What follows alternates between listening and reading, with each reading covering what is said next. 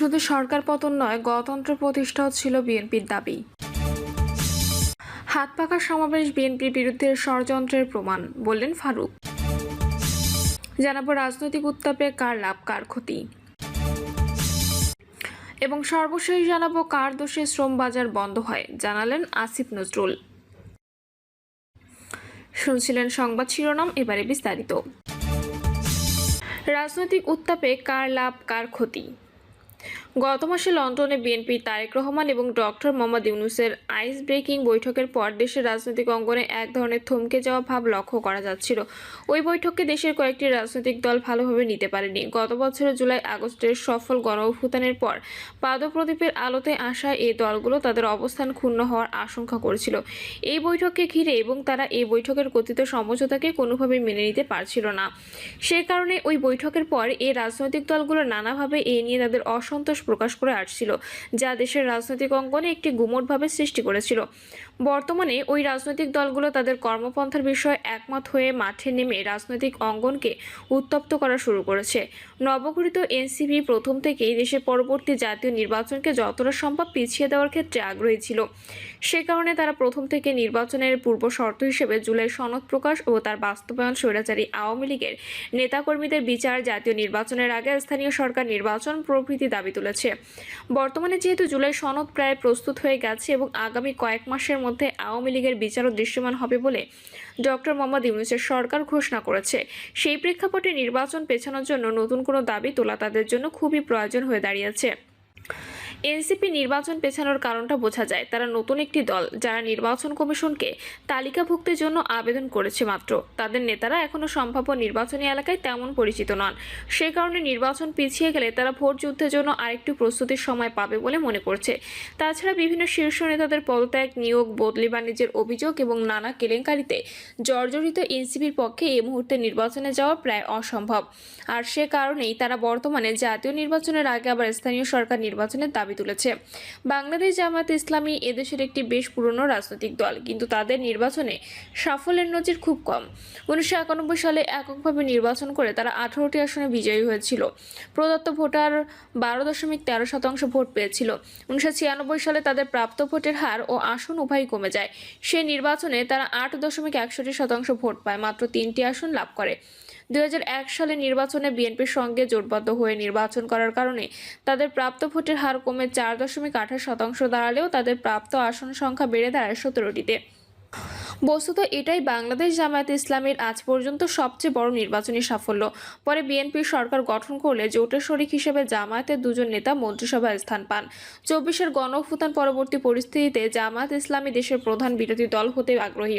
তাদের কোনো নেতা অবশ্য এ স্বপ্ন দেখছে যে অন্য কোনো জনপ্রিয় রাজনৈতিক দলের সঙ্গে জোটবদ্ধ হয়ে নির্বাচন করলে তারা কোয়ালিশন সরকারও গঠন করতে পারে। আর সে কারণে তারা দেশের বৃহত্তম রাজনৈতিক দল বিএনপির ভোট কমার অপেক্ষা করছে। তারা শুধু যে অপেক্ষা করছে তা নয়, তারা তাদের প্রোপাগান্ডা মেশিনের মাধ্যমে এ কাজে সক্রিয় ভূমিকাও রাখছে বলে বোদ্ধা মহলের ধারণা। গণঅভ্যুত্থান পরবর্তী বিএনপির এক শ্রেণীর নেতাকর্মীর চাঁদাবাজি এবং দখল বাণিজ্যের সবচেয়ে বড় সমালোচকও তারা বিএনপি সংশ্লিষ্ট কোনো নেতা বা কর্মীর কোনো ত্রুটি আবিষ্কার করতে পারলে তার পেছনে তাদের বটবাহিনী লেলিয়ে দেয় এবং বিষয়টিকে জাতীয় ইস্যুতে পরিণত করার চেষ্টা করে আসছে 24 আগস্টের পর থেকেই। বাংলাদেশ শাসনতন্ত্রী আন্দোলন সহ কট্টর ইসলামী দলগুলো রয়েছে সরকারের অংশ হওয়ার বাসনা। ইসলামী শাসনতন্ত্র আন্দোলনের ভোট ব্যাংক বাংলাদেশের প্রদত্ত ভোটের 1% কাছাকাছি। 2001 সালে হেফাজতে ইসলাম সহ বিভিন্ন রাজনৈতিক দলের সমন্বয়ে গঠিত ইসলামী জাতীয় ঐক্য ফ্রন্ট বিএনপির সঙ্গে জোটবদ্ধ হয়ে বেশ ভালো ফলাফল করে। সে কারণে আগামী নির্বাচনের প্রাক্কালে ইসলামী দলগুলোকে কাছে টানার একটা প্রতিযোগিতা শুরু হয়েছে, কিন্তু তারা বিভিন্ন ভাগে বিভক্ত হয়ে যাওয়ায় দরুন সে প্রয়াস কতটুকু সফলতা বয়ে আনবে তা এখন দেখার বিষয়। দেশের বিভিন্ন রাজনৈতিক দলের কথাবার্তা শুনে এবং তাদের সাম্প্রতিক কর্মকাণ্ড পর্যালোচনা করে এমনটি মনে হওয়া অস্বাভাবিক নয় যে এই রাজনৈতিক দলগুলো বিএনপিকে রাজনৈতিকভাবে একঘরে করে ফেলার চেষ্টা করছে। বিএনপির জনপ্রিয়তা তাদের ভাবিয়ে তুলেছে যে এই মুহূর্তে নির্বাচন হলে বিএনপি ক্ষমতায় আসীন হয়ে যাবে, যা তারা হতে দিতে ইচ্ছুক নয়। সে কারণে 24-এর গণঅভ্যুত্থানের পর থেকে দেশের সরব রাজনৈতিক দলগুলো বিএনপি ঠেকাও নীতি গ্রহণ করেছে বলে অনেকে অনুমান করেছেন। আর এই প্রয়াসকে গতিশীল করে তুলছে বর্তমান অন্তর্বর্তী সরকারের একটা অংশ, তাদের নির্বাচন পেছানোর নানা কৌশলের মাধ্যমে। গত 28শে জুন সোহরাওয়ার্দী উদ্যানে ইসলামী শাসনতন্ত্র আন্দোলন একটি বড় জনসভার আয়োজন করে। যে সভায় উপস্থিত হয়ে বক্তব্য দেন বাংলাদেশ জামায়াতে ইসলামীর মহাসচিব মিয়া মোহাম্মদ পরওয়ার, আমার বাংলাদেশ পার্টির সভাপতি মুজিবুর রহমান মঞ্জু, গণ অধিকার পরিষদের আহ্বায়ক নুরুল হক নূর, এনসিপির নাসির উদ্দিন পাটোয়ারি, সার্জিস আলম এবং বাংলাদেশ হিন্দু মহাজোটের মহাসচিব গোবিন্দ চন্দ্র প্রামাণিক সহ কট্টর ইসলামপন্থী, কট্টর হিন্দুবাদিত্ব নেতা সহ মধ্যপন্থী হিসেবে পরিচিত মতাদর্শের লোকজন। উপস্থিত রাজনৈতিক দলগুলোর আদর্শগত বিপরীত এত বেশি যে তারা কিভাবে এক মঞ্চে উঠলেন সেটাই একটা আশ্চর্যের বিষয়। তারপর তারা আগামী জাতীয় নির্বাচনকে নিয়ে যে দাবি তুললেন তা আরও বিস্ময়কর। সরকার গঠিত নির্বাচন বিষয়ক সংস্কার কমিশনের রিপোর্ট অনেক আগেই দাখিল ও প্রকাশিত হয়েছে, কিন্তু সেখানে পিআর বা সংখ্যানুপাতিক প্রতিনিধিত্ব বিষয়টিকে বিবেচনার জন্য রাখা হয়নি। তাছাড়া চলমান ঐকমত্য কমিশনের বৈঠকেও জাতীয় সংসদে ভোটের সংখ্যানুপাতিক হারে সংসদ সদস্য নির্বাচনের বিষয়ে কোনো ঐকমত্য হয়নি। সেক্ষেত্রে প্রাপ্ত ভোটের সংখ্যানুপাতিক হারে সংসদ সদস্য নির্বাচনের দাবি একেবারে বালখিল্য দাবি মনে হতে পারে। এ ধরনের নির্বাচন এই উপমহাদেশেই কখনো হয়নি। এমনকি শুধু স্ক্যান্ডিনেভিয়া দেশগুলো ছাড়া বিশ্বের অন্য কোথাও পদ্ধতিটি সফল বাস্তবায়ন হয়নি।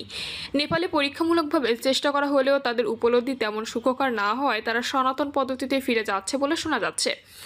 বাংলাদেশের সংবিধানে জাতীয় সংসদ নির্বাচনে বিষয়টি পরিষ্কারভাবে বর্ণনা করা আছে। বর্তমানে কোনো সংসদ কার্যকর নেই। সেক্ষেত্রে কোনো একটি বা 10টি দল দাবি করলেই কি সাংবিধানিক বাধ্যবাধকতা উপেক্ষা করা সম্ভব, বিশেষত যখন বর্তমান সরকারের সংবিধানের আলোকে শপথ নিয়েছেন? সম্ভব নয়। সবচেয়ে বড় বিষয় হলো সব দল একমত হলেও এই পদ্ধতির প্রায়োগিক দিকগুলোর বিষয়ে সংশ্লিষ্ট সবাইকে প্রশিক্ষণ প্রদান এবং জনগণকে বিষয়টি বোঝাতে 1.5-2 বছর সময় লেগে যাবে। বিষয়টিকে আরও পরিষ্কার করার জন্য বর্তমানে এদেশে কিভাবে জাতীয় সংসদ নির্বাচন হয় তা বিশ্লেষণ করা যেতে পারে।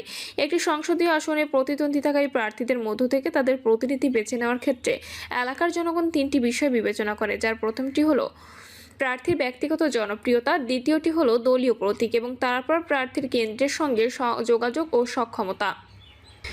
বিএনপির এই মুহূর্তে শীর্ষ নেতৃত্ব তারেক রহমানের এখন দেশে আসা প্রয়োজন। শোনা যাচ্ছে তিনি আগামী 28শে জুলাই দেশে ফিরবেন। আশা করা যায় তিনি দেশে ফিরলে অনেক মীমাংসা অযোগ্য বিষয়ে মীমাংসা হয়ে যাবে। প্রিয় দর্শক, এই ছিল এখনকার সর্বশেষ সংবাদ। আপডেট সব সংবাদ পেতে চ্যানেলটি সাবস্ক্রাইব করে বেল আইকনটি ক্লিক করে রাখুন। হাত পাখার সমাবেশ বিএনপির বিরুদ্ধে ষড়যন্ত্রের প্রমাণ, বললেন ফারুক। বিএনপির বিরুদ্ধে আবারও ষড়যন্ত্র শুরু হয়েছে, তার প্রমাণ হাত পাখার মিটিং বলে মন্তব্য করেছেন বিএনপি চেয়ারপারসনের উপদেষ্টা জয়নুল আবদিন ফারুক। তিনি বলেন, তার প্রমাণ কিছু রাজনৈতিক নেতাদের এসব বক্তব্য। জয়নুল আবদিন ফারুক বলেন, লন্ডনে তারেক রহমান ও ডক্টর ইউনূসের বৈঠক যখনই প্রত্যাশা পূরণের অপেক্ষায় তখনই সোহরাওয়ার্দী উদ্যানে এই মিটিং করে, সভা করে। আরও 2-4 জন রাজনৈতিক নেতাকে নিয়ে সংখ্যানুপাতিক পদ্ধতির সংস্কার ছাড়া নির্বাচন হবে না এমন কথা বলা হচ্ছে। অন্তর্বর্তী সরকারের উদ্দেশ্যে তিনি বলেন, আপনি 10 মাস 11 মাস কাটিয়ে দিয়েছেন, কিন্তু একটা লক্ষ্য আপনার আছে, ফেব্রুয়ারি। সাংবিধানিক প্রতিষ্ঠানগুলো ধ্বংস করা হয়েছে। একটি নির্বাচিত সরকারের মাধ্যমে যেন এই সকল সাংবিধানিক প্রতিষ্ঠানগুলো আবার কাজ করার সুযোগ পায়। ফেব্রুয়ারিতে অনুগ্রহ করে নির্বাচনটা দেন। শুধু সরকার পতন নয়, গণতন্ত্র প্রতিষ্ঠাও ছিল বিএনপির দাবি। শুধু সরকার পতন নয়, গণতন্ত্র প্রতিষ্ঠার জন্য বিএনপি লড়াই করেছে বলে জানিয়েছেন দলটির স্থায়ী কমিটির সদস্য নজরুল ইসলাম খান। নজরুল ইসলাম খান বলেন, দীর্ঘ 15 বছর অবিরাম লড়াই করেছে বিএনপি। লড়াইয়ের শেষ পর্যায়ে ছাত্র জনতার অভ্যুত্থানের মাধ্যমে ফ্যাসিবাদের পতন ঘটেছে। আমাদের দাবি শুধু সরকার পতন ছিল না। তিনি বলেন, আমাদের মূল দাবি ছিল গণতন্ত্র পুনঃপ্রতিষ্ঠা। গণতন্ত্র পুনঃপ্রতিষ্ঠার জন্য ফ্যাসিবাদের পতন প্রয়োজন ছিল। কাজেই এক দফা ছিল ফ্যাসিবাদের পতন ও নির্দলীয় নিরপেক্ষ সরকারের অধীনে জাতীয় নির্বাচনের মাধ্যমে জনগণের শাসন প্রতিষ্ঠা করা, যে অধিকার থেকে বহু বছর দেশের মানুষ বঞ্চিত ছিল। দাবির প্রথম অংশ পূরণ করা হয়েছে, ফ্যাসিবাদ পালিয়ে গিয়েছে, কিন্তু যে লক্ষ্যে আমরা ফ্যাসিবাদের পতন ঘটালাম সেই লক্ষ্য এখনও অর্জিত হয় নাই। তিনি আরও বলেন, এখনও দেশের মানুষ তাদের ভোটের মাধ্যমে সরকার প্রতিষ্ঠা করতে পারে নাই। সেই কারণে আমরা মনে করি এই মুহূর্তে প্রধান কাজ জনগণের শাসন কায়েম। আর এটা শুধু ভোটের মাধ্যমে সম্ভব, নির্বাচনের মাধ্যমে নয়। বিএনপি ও আওয়ামী লীগের মতে স্বৈরাচারী হবে। একটি রাজনৈতিক দলের এমন মন্তব্যের জবাবে বিএনপির এই অন্যতম সিনিয়র নেতা বলেন, প্রত্যেকটা রাজনৈতিক দলের নিজস্ব মতামত থাকতেই পারে। দেশের সব রাজনৈতিক দল আমাদের সমর্থন করবে বা আমরা তাদের আপন ভাববো এমন মনে করার কারণ নেই। যারা এমনটা বলছে তারা স্পষ্টত ঐক্যের যে প্রক্রিয়া তা বাধাগ্রস্ত করছে।